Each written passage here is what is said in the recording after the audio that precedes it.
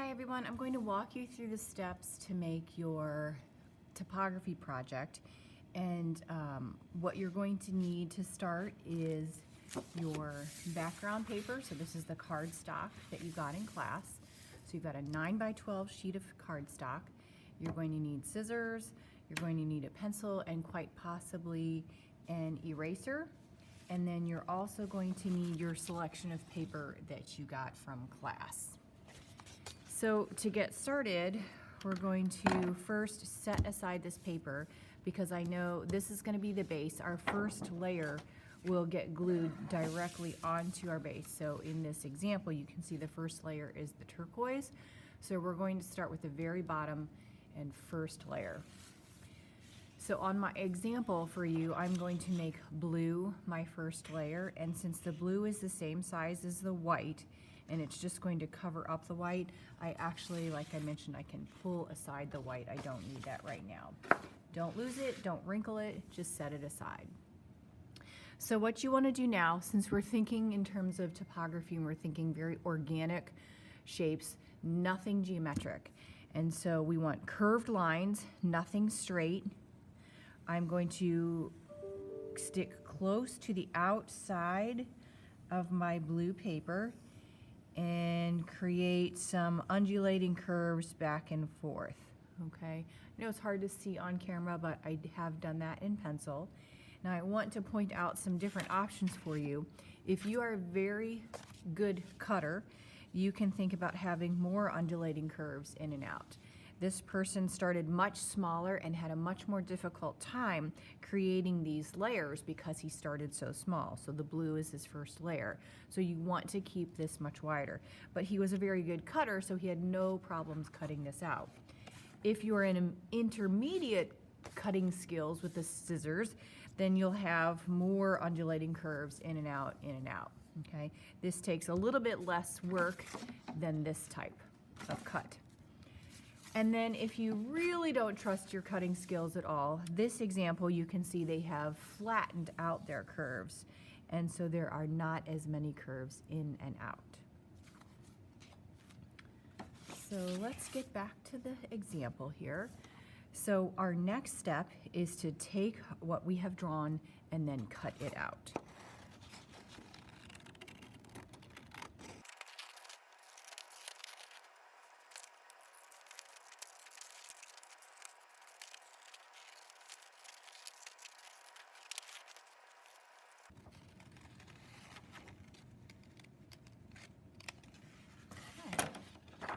So I've got my first layer, got my first layer cut. So now I'm going to determine what my next layer is going to be, and I have already done that. I've decided I want purple to be my next layer.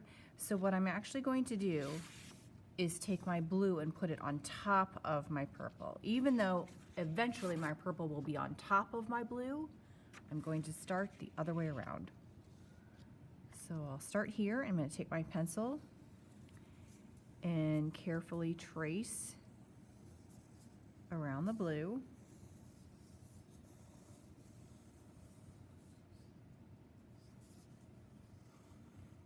Being very careful to make sure that my tracing is exact.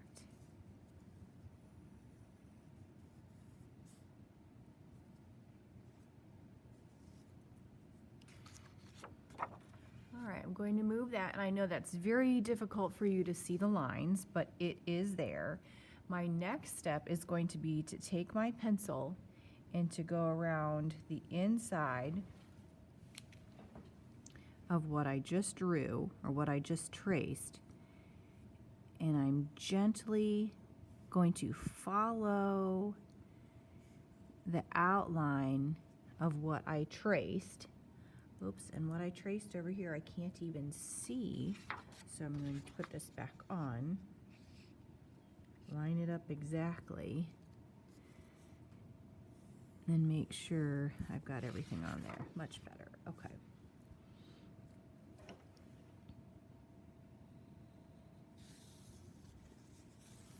So I'm coming just a little bit on the inside of this.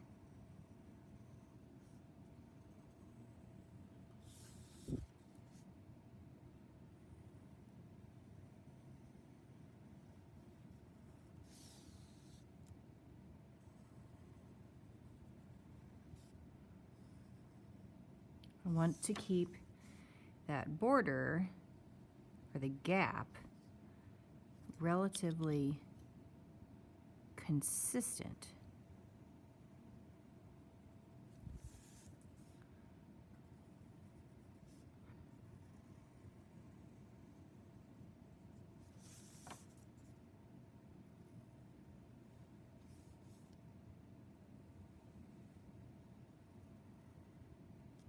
Okay.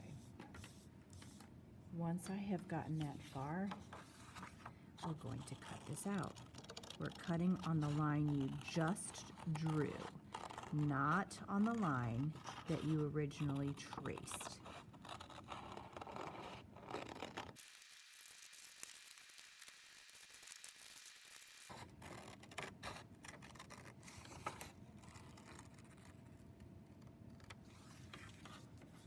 Okay, so now I have this piece cut out and I have my base. And you should now see that I have a nice little gap between my first layer and my second layer. So to create the third layer, you do it the exact same way you just did those two. So you choose your color. This time I don't need the base layer. I'm finished with the base layer for now. I want to set that base layer aside with my white paper because eventually it will get assembled onto the white paper. But right now, set it aside because you don't need it. I'm going to take my purple paper, put it right on top of my blue, and I don't want to put it right in the middle because I want to be a good steward of the construction paper, so I want to put it at the edge, just like we learned in kindergarten. We don't want to take up the center, so try and make the best use of the paper so that we can use this for something else. Okay, so I'm going to put my purple paper on here, trace it.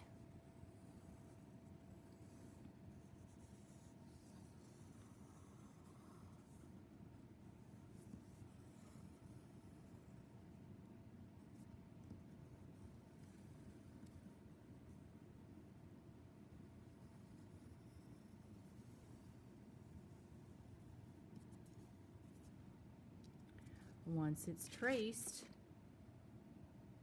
you know the next step. It's the same thing we just did onto the last piece. We're going to come on the inside and begin to draw the outline of what this blue layer will be cut to. Being careful to have a consistent border all the way around.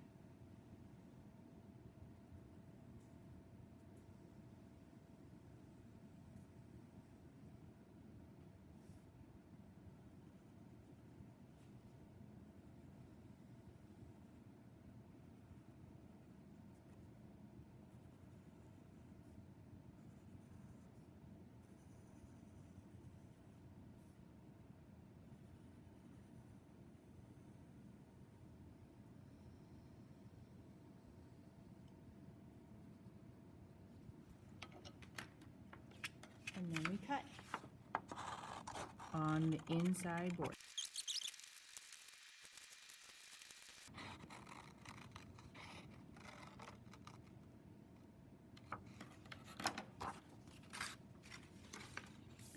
You can see this should fit here.